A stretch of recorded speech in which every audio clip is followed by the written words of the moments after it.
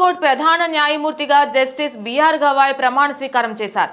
ఢిల్లీలోని రాష్ట్రపతి భవన్లో ఆయనతో రాష్ట్రపతి ద్రౌపది ముర్ము ప్రమాణం చేయించారు. ఈ ఏడాది నవంబర్ 23 వరకు ఆయన సిజేఐగా కొనసాగనున్నారు. జస్టిస్ కేసీ బాలకృష్ణన్ తర్వాత దేశ న్యాయ వ్యవస్థ అత్యున్నత పీఠాన్ని అధిష్ఠించిన రెండో దళిత వ్యక్తిగా ఆయన చరిత్ర పుటలకెక్కారు.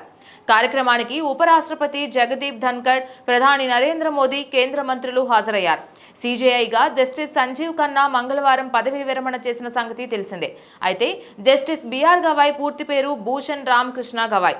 1960 నవంబర్ 24న మహారాష్ట్రలోని అమరావతిలో జన్మించారు. 1985 మార్చి 16న బార్ కౌన్సిల్లో సభ్యుడిగా చేరారు. 2003 నవంబర్ 14వ తేదీన బాంబే హైకోర్టు అదనపు జడ్జిగా పదోన్నతి పొందారు.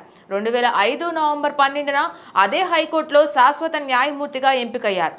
అనేక చారిత్రాత్మక తీర్పులను వెలువరించిన సుప్రీంకోర్టుకు చెందిన పలు రాజ్యాంగ ధర్మాసనాలలో జస్టిస్ గవాయ్ భాగమయ్యారు.